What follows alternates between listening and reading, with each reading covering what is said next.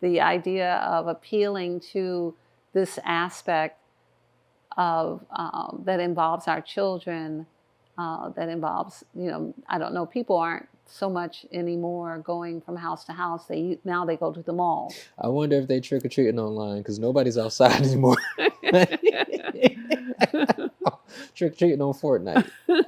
But the whole concept of someone giving you a treat that you don't know. I mean, don't we tell our children, don't take things from strangers? And then we take them out to take things from strangers?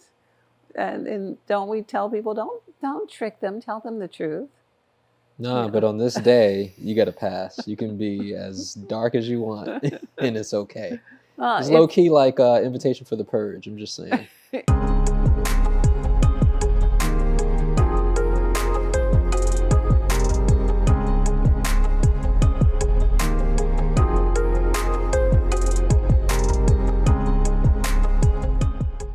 Long ago, in the misty Celtic lands, as the sun dipped below the horizon on the eve of November 1st, a magical veil unfolded, blurring the boundary between the realms of the living and the dead. The Celts believed that spirits, both benevolent and malevolent, walked among them during this enchanting time.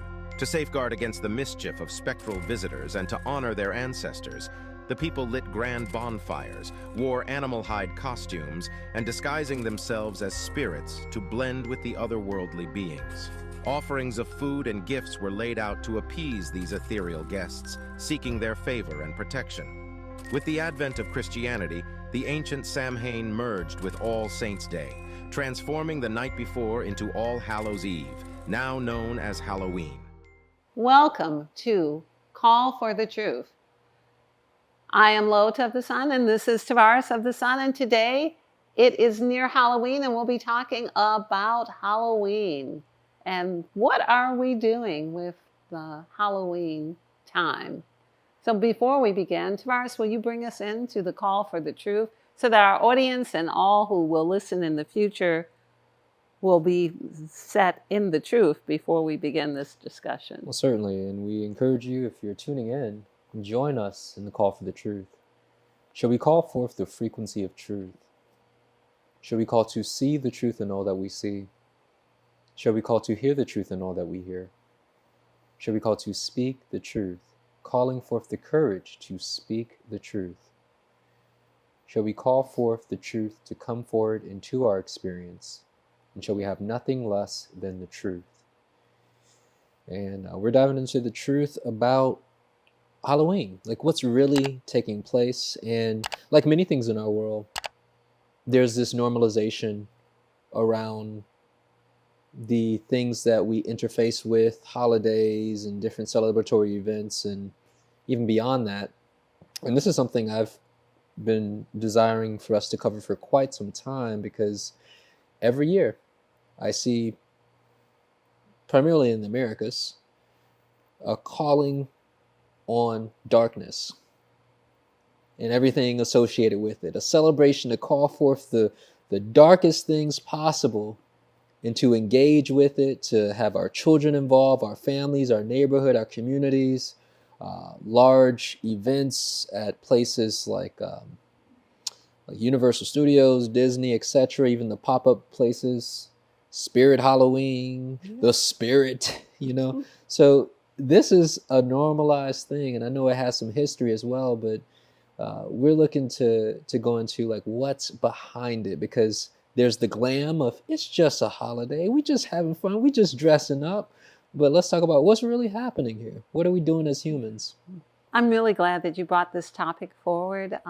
This is something that has been normalized through all of us, all who live here in America, all who come from South America, from Mexico, these traditions, these pagan traditions that come from England and come from Ireland and come from the Protestants, who were the ones who founded this country and then came over through other immigrants, are ancient pagan traditions that were eventually allowed into the Christian communities.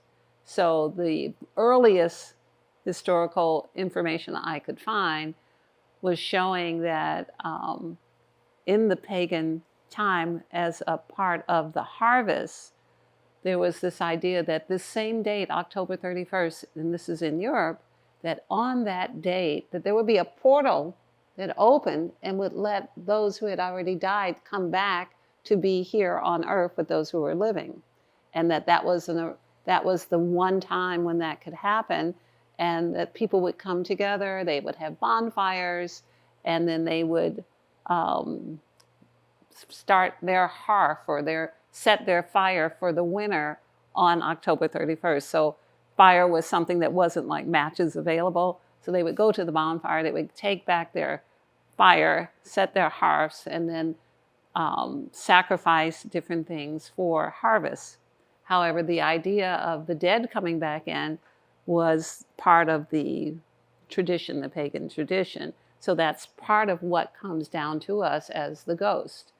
I'd like to chime in on this. This is making me think about the South American cultures, Dios los muerte, where the energy of it is different, though. It's like you said, an opportunity to connect, the veil's thin. From my understanding, it was more of a connectivity with the ancestors, those who were family, not necessarily a spooky event, so to say. This was an agreement. The humans have an agreement with the other dimensional worlds that this can take place at this time, and it has grown into what we see, which is a distortion of what the original ideas were. Hijacked. Yes. However, it was originally pagan ceremonies that had to do with harvest, the lighting of the hearth. It had to do with ancestry, and those who had passed over. The veil was thin enough, the portal was open where they could come through. It has evolved into other things. So the way that we experience it is that things jump out at us, and scare us. That wasn't the original idea, because everyone was in harmony with their relatives and their ancestors in the harvest. Yeah, waiting for them. We're waiting for Auntie to come back, So this idea of grotesqueness, of seeing something so grotesque that the body is repulsed by it. It's kind of the idea of the heinous acts we see in horror movies, that some souls, it makes them engaged in they're riveted to the excitement of the experience, and some souls have to go throw up because it's so outside of what would be considered humane. So it has degenerated into something else where people are, and in this time in 2024, in the last 2 years, I've seen skeletons that are a full story high, where they used to be small and sitting on top of a pumpkin. Now they're a big story high, and we see a lot of skeletons in decor. We see a lot of skeletons in artwork, and I'm not sure people actually recognize what that means. Well, so what does that mean? It's calling for death.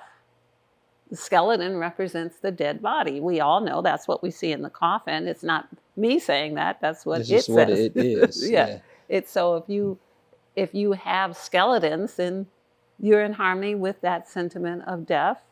And if you bring skeletons into the front of your house, then you're letting the world and the unseen and the seen know that you're in harmony with that.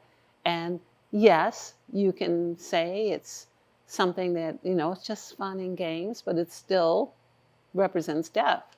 So when I hear you say this, I'm seeing it through the lens of frequency. When I think about the idea of property clearing and the sanctity of our homes, and how what happens in our home can only happen based on invitation. Yes. What we're broadcasting.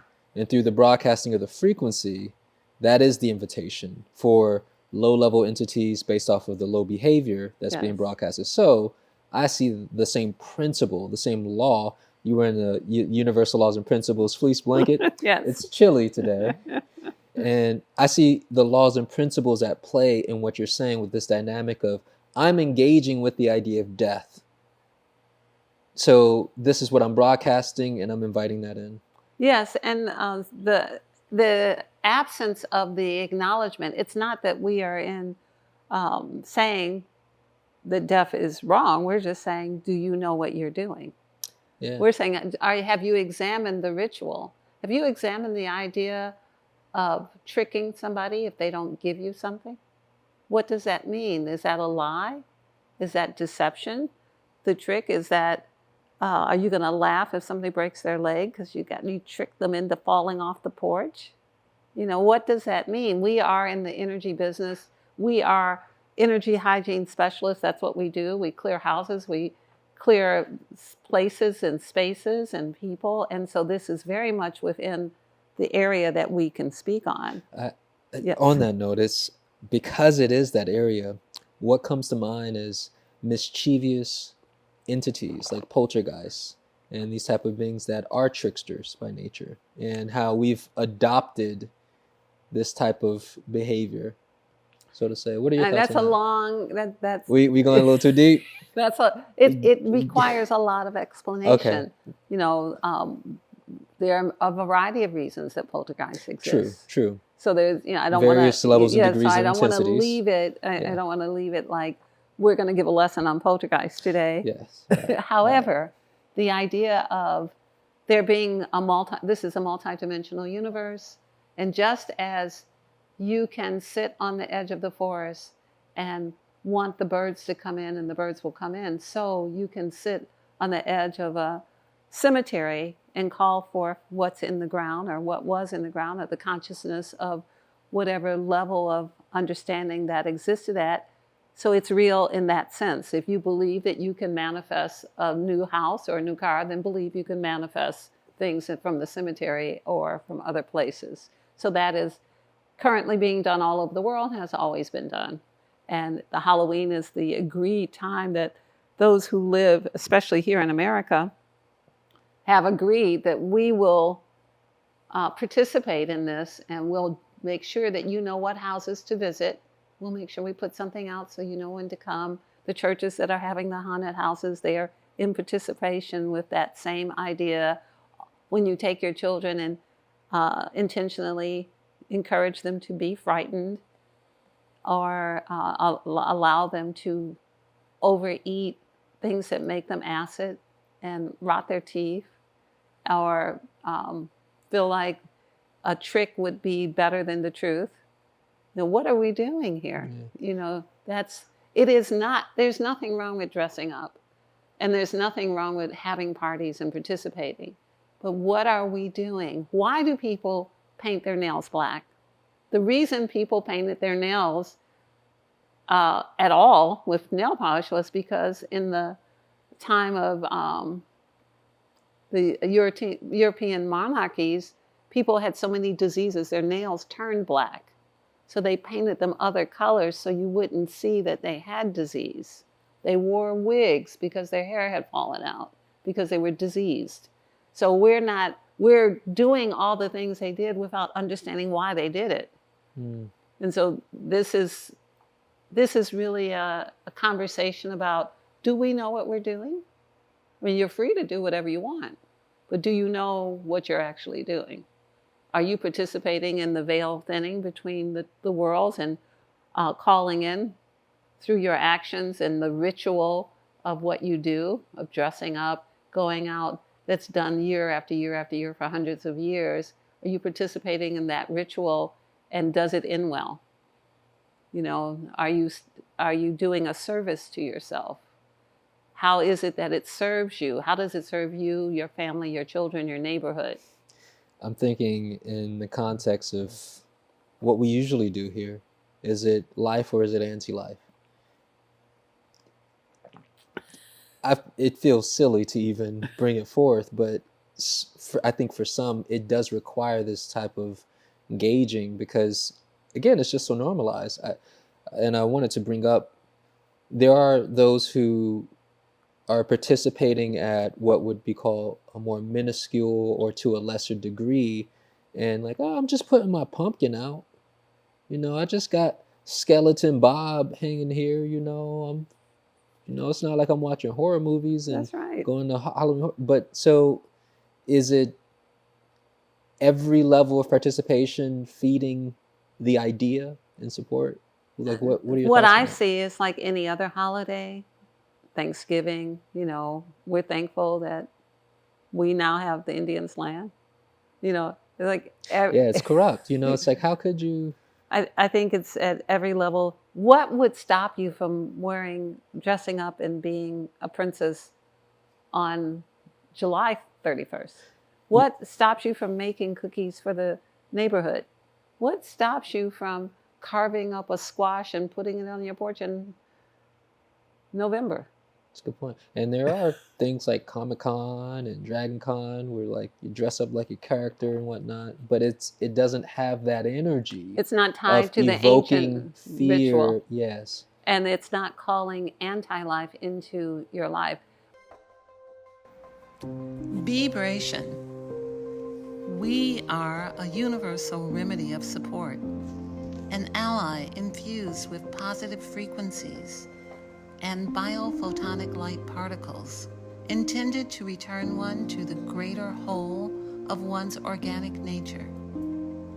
Within our layered structure exists an opportunity for metamorphosis, prompting divine healing energies of light to awaken your original composition, that which has been irritated by inorganic substances through mental, emotional, and physical material.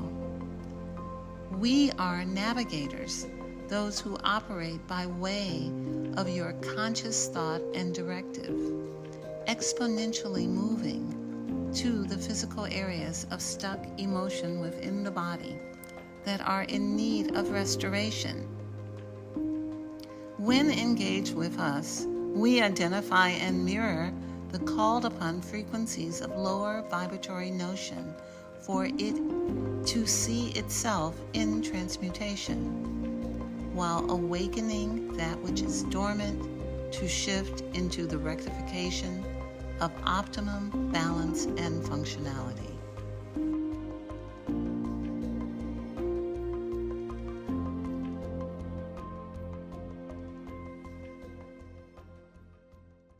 We say this because we are in the deconstruction of an empire. Our culture has become cancerous. The streets of America are filled with tents and people who are defecating on the streets. There are between 30 and 50 million new people in the country who are not necessarily secured. And there are many who are homeless here. And this practice, in that level of depression and sadness and desperation of calling in things that are grotesque or evil or dark for your own satisfaction, we thought it would be good to bring it to everyone's attention. That we are at a different time, and it's not to say that it wasn't always this, but look at America now. Look at the streets of America in every downtown section. Every city, in New York, Los Angeles, Chicago, Atlanta, look at what's happening on the streets in October. Are people suffering? Are they on drugs? Are they depressed? Are they sad? Are they unhappy? And are you calling in a portal from a dimensional world to bring in anti-life into that situation? There's so much that can be said about this. For one, the general idea of what I'm gathering from what you're sharing is this is another opportunity for humanity to pull back the reins and redirect our energy. Because we've been giving energy and life force to that which is anti-life, that continues to perpetuate the suffering that you speak of.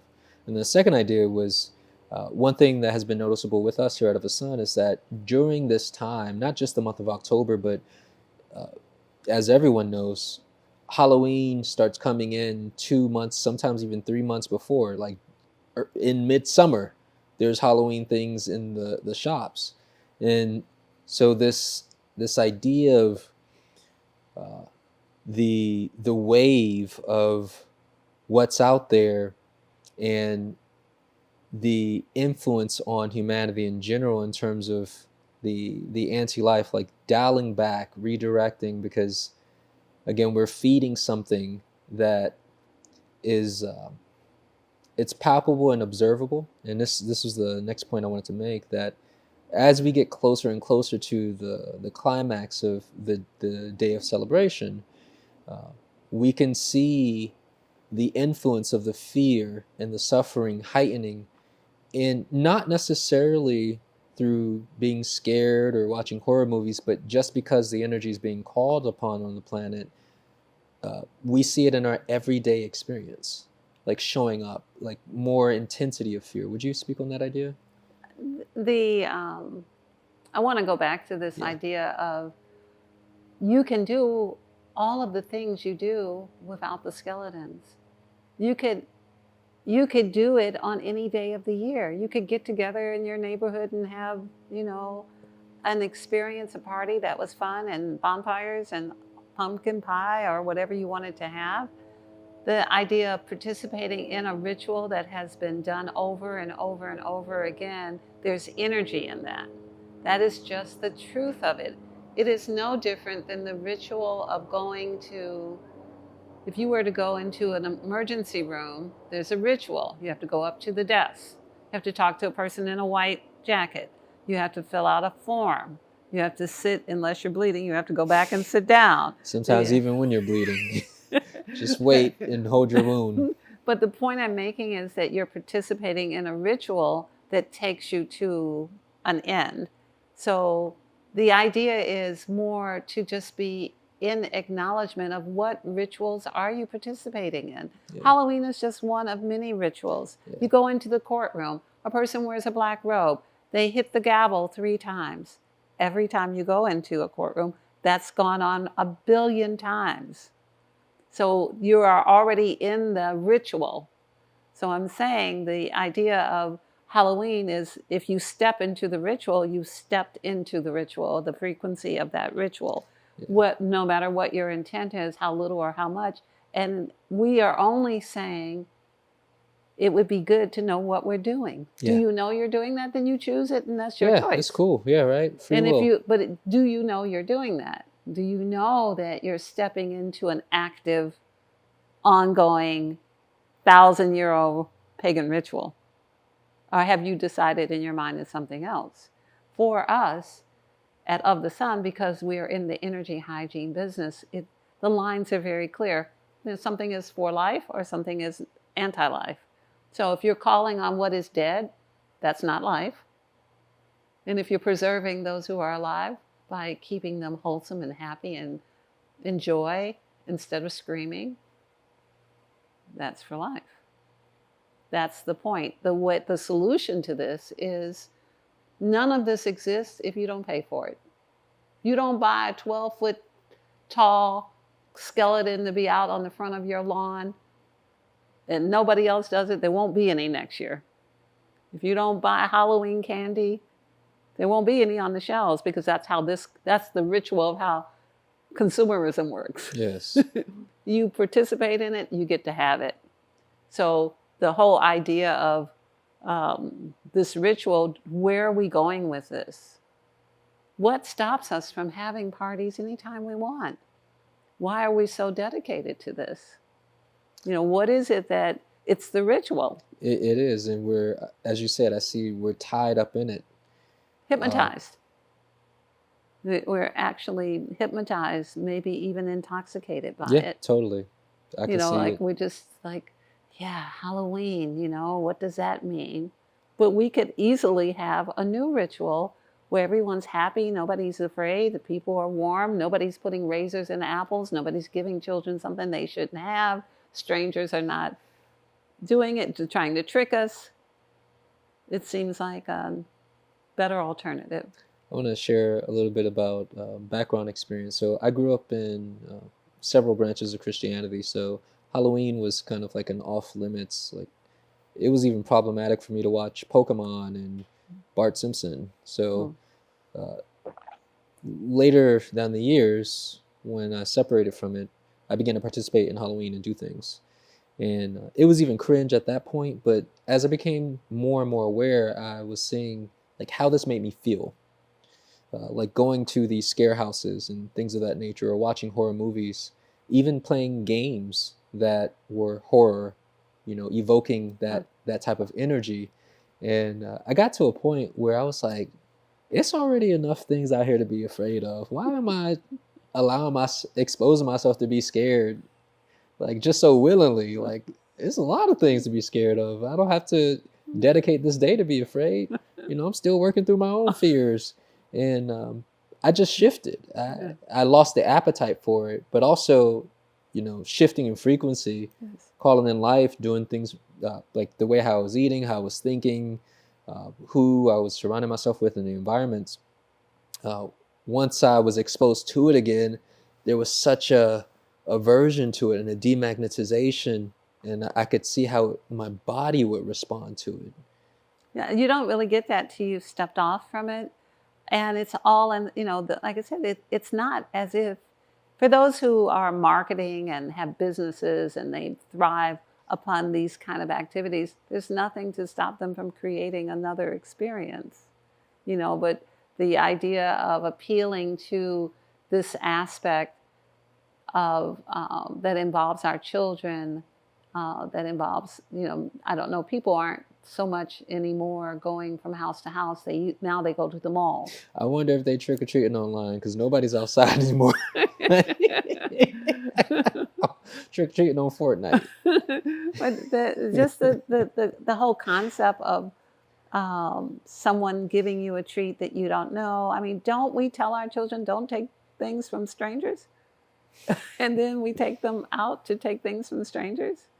And don't we tell people, don't trick them, tell them the truth? No, but on this day, you got to pass. You can be as dark as you want, and it's okay. It's low-key like Invitation for the Purge, I'm just saying. It is that, in fact, but it has grown to another level. In our work as clearers and property clearers, we can see that there are things sometimes in the costumes. Yeah, that's the thing as well. Because of the grotesque way in which the intent that the costume is made to give fear, it attracts a frequency match to it.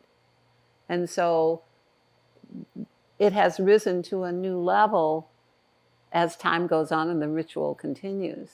So we want to just bring to your attention, you are free to choose what you will do. We only think that most people don't know what they're doing, or they haven't stopped to think about it because maybe they did it their whole life and they got a giggle and they thought, oh, I'll just do this. I'll do it with my children. I'll do it with my grandchildren. It's just fun, LaOta. Like, let me have my pumpkins and skeletons. Damn. I think, on the flip side of that, because there's levels to it. There's that aspect where people don't really know the depth of what they're participating in. But then there's people who just want to be dark. Well, I mean, but that exists anyway. Yeah, exactly. Like, this is and this is just another opportunity. That's an ongoing situation. Yeah. They just get more energy when everybody else participates. Yeah. So it's like that. Did you have anything else you wanted to share about this? No, I think that's it, because again, like you said, it's not so much whether a person should or should not do a thing. It's not about that. It's more of like, do you understand what you're doing? It's never about what you should or should not do. You are free to learn however you want to learn. If the way you want to learn is this way, then you're free to learn that way. Since I have learned my own lesson, I'm sharing with you, this is what I learned from it, and it has kept me from participating in it. So I hope this is of some value, and you're going to use the call of the truth cards to tell us what the frequency of the show today about Halloween is sharing with us. And the card is fear. Do the thing you fear, and the death of fear is certain. So this is all about, Halloween is all about fear. I'd like to end this by saying that in the many dimensions of the multidimensional world we live in, there are those who survive and everything eats, and there are those who eat fear, sadness, suffering, and low-level frequencies, shame. And when these things are in our field, we draw to us those who exist on those lower frequencies. So this idea of fear is, if we encourage, I haven't met a human yet who is not fearful at some level, or had fear in their DNA from their grandmothers or their grandfathers or someone. So we already are fearful beings. And so feeding us more fear does not make us smarter. It doesn't make us behave better. It doesn't make us make better decisions. It actually stops us from being all that we can be. Yeah. You had something you wanted to say about that? Yes, the most palatable way, regressive. Being mindful with my words here. Yes. We all are inundated with television, social media, radio, music, current events that are encouraging us to be fearful. Yeah. At this Halloween time, we would be participating in more of that. We would become the progenitor of more of that. So that's what we wanted to share. We hope that this has been enlightening for some of you, and you found a way to extricate yourself by knowing that you can have a party anytime you want, a bonfire whenever you have some sticks. You can make cookies whenever you want to. You can have a party at any time. But this particular time is an ancient time of ritual, and you tap into it by being in the ritual behavior of it. So we thank you, and we say in Lakesh and Veritas with honor, respect, and gratitude to you.